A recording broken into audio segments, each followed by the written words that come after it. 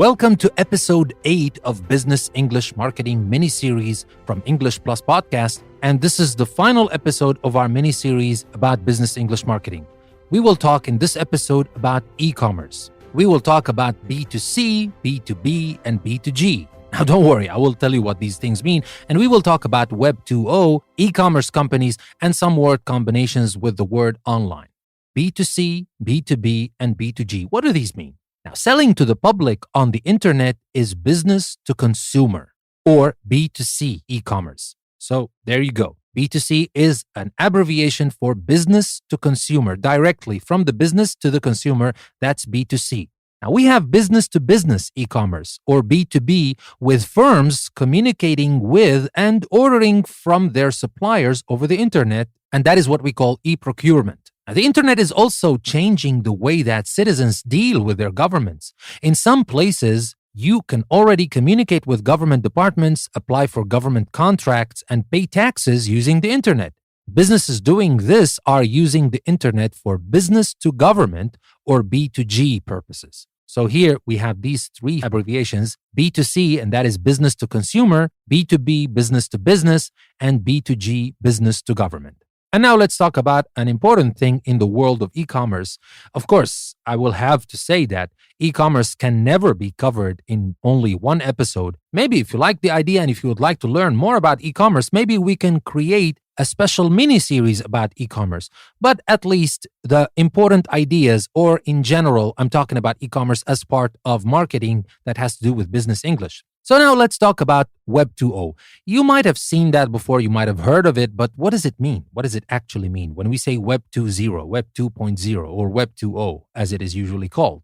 Now let's talk a little bit about the history of the internet. There is something that has to do with the first phase of selling over the internet. Now, the first phase of selling over the internet ended with the dot-com bust of 2001, when many internet sellers went out of business. Now, sometimes this is also referred to as the dot-com bubble. This was a stock market bubble caused by excessive speculation of internet-related companies in the late 1990s, and that is a period of massive growth in the use and adoption of the internet. Now, between 1995 and its peak in March 2000, the Nasdaq Composite Stock Market Index rose 400%, only to fall 78% from its peak by October 2002, giving up all its gains during the bubble. Now, during the crash, many online shopping companies such as Pets.com, Webvan, Boo.com, as well as several communication companies such as WorldCom, NorthPoint, Communications, and Global Crossing failed and shut down.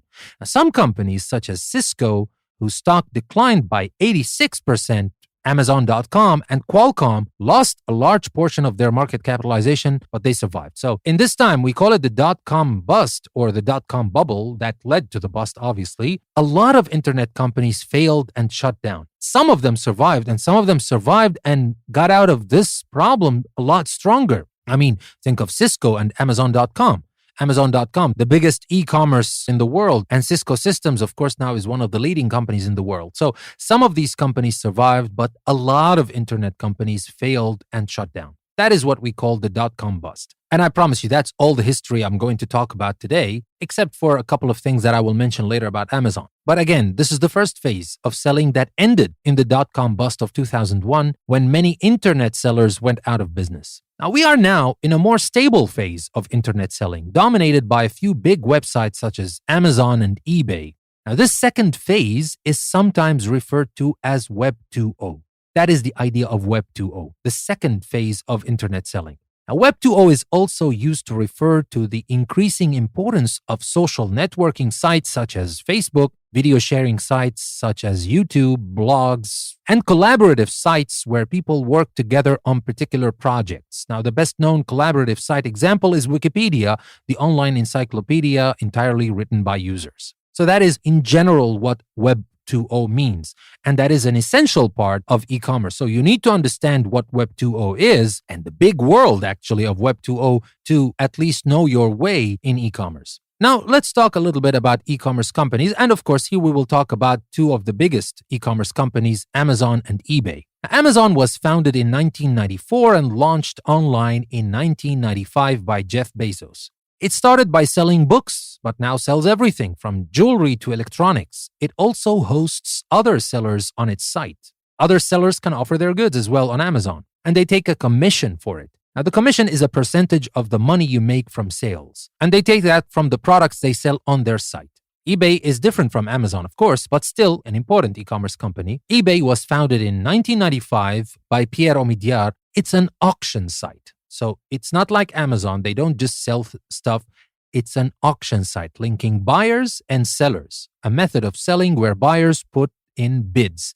Now, the bids are those increasing offers. Now, I put 100, then you come and put $110, then somebody comes and puts $150, etc. That's what we call bids, increasing offers for goods. And the highest bidder, the person offering the most, wins. And eBay takes a commission on each sale. So these are two examples of course, very successful e-commerce companies, and maybe the biggest two e-commerce companies in the world. But to finish talking about our e-commerce episode, let's talk about some word combinations with the word online.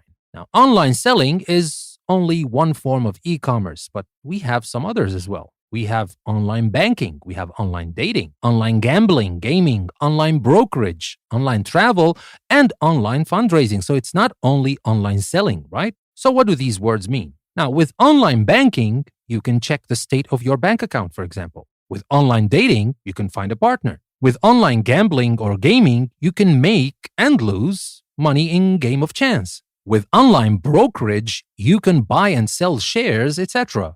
With online travel, you can make bookings for flights. With online fundraising, nonprofit organizations can raise money. So online is not just about online selling. It can be online banking, dating, gambling, brokerage, travel, fundraising, and a lot of other stuff, of course. A lot of other combinations that we can use with the word online, but I just wanted to mention some of them here. So with that being said, that is everything that I wanted to share with you about marketing in our Business English Marketing mini-series. I hope you liked the information that I shared with you about marketing in this mini-series. We had 8 episodes, so I hope you had the chance to listen to all of the 8 episodes because I kind of divided the information into 8 episodes. So you see, it is a series. And again, I want to remind you, if you want to practice the things we've talked about in this mini-series, you have the PDF downloadable booklet that you can find on our website, EnglishPlusPodcast.com, or on our Patreon page. With that being said, thank you very much for listening to Business English Marketing series, and I will see you again in other series, in other exclusive series for our patrons